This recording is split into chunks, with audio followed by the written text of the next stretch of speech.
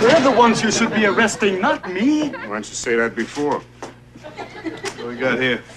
Cam, this is William Klein. He was wrecking an office. But I just wanted to meet them face to face. I wanted them to admit what they were doing. Who is they? He was in the office of the Trilateral Commission. Trilateral Commission. Yeah, the Trilateral Commission. All right, what is the Trilateral Commission? It's an organization founded in 1973 by David Rockefeller to bring together business and political leaders from the United States, Europe, Japan, so they could work together for better economic and political cooperation between their nations. And with that's what they'd like us to believe. But you see, what they're really up to is a scheme to plant their own loyal members in positions of power in this country, to work to erase national boundaries and create an international community, and in time bring about a one world government with David Rockefeller calling the shots. I take it they're pressing charges? Yeah, well, he broke a globe and some UNICEF artwork. Well, they're in on it too.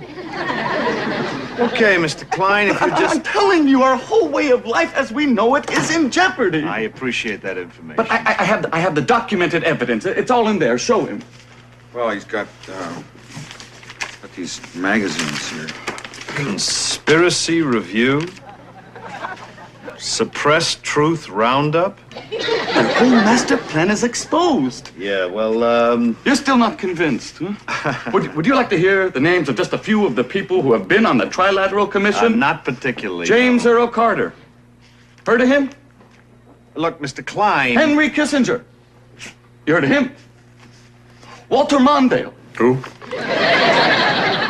Mr. Klein, this is John Anderson, George Bush. Now, you remember at the convention, everybody thought it was going to be Ford for Veep. You know what happened? David Rockefeller just picked up a phone, put in a call. Hey, Ronnie, forget Jerry, it's George. Bye. So, no matter who won in November, they had their man in the White House. Are you through? Yeah. And the question is whether we can turn this challenge into an opportunity. Because there is an opportunity to take these various forces and build a new world order that will help create and sustain peace, prosperity, and justice well into the 21st century.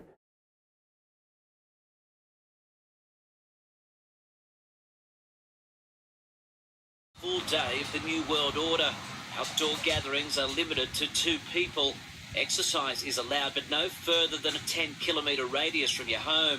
Browsing in shops is not permitted. Only 1 person per household may leave to do essential shopping. And from tomorrow, funerals are limited to 10 people. This is a world pandemic. It's a 1 in 100-year event. So you can expect that we will have transmission from time to time, and that's just the way it is. We've got to accept that this is the new world order. We've got to accept that this is the new world order. This is the new world order. Return to the old normal for the foreseeable future. I repeat, there will be no return to the old normal for the foreseeable future. So people assume we are just going back to the good old world which we had, and everything will be normal again in how we are used to normal, in the old fashion. This is, let's say, fiction. It will not happen. A vaccine on its own will not end the pandemic. Surveillance will need to continue. People will still need to be tested, isolated, and cared for. Contacts will still need to be traced and quarantined. Communities will still need to be engaged. Yeah. A new world order. We're going to come back. Well, there you go, conspiracy kooks, lunatics, and aluminum foil hat-wearing people. There's a new world order, a conspiracy? No, never has been. It's always been fact. However, to this day, Wikipedia will say it's conspiracy theory. But there you go, you have it from 1970s Barney Miller episode all the way up to the Australian news yesterday announcing welcome to the new world order. I think old Popey said it a couple of times too. But there you go.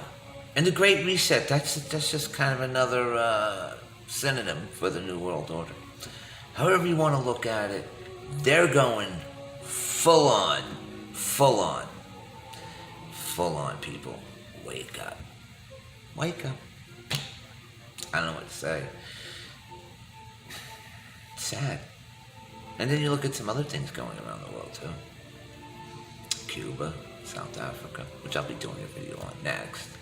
But anyway, you have a lovely day. Welcome to the first day of the New World Order.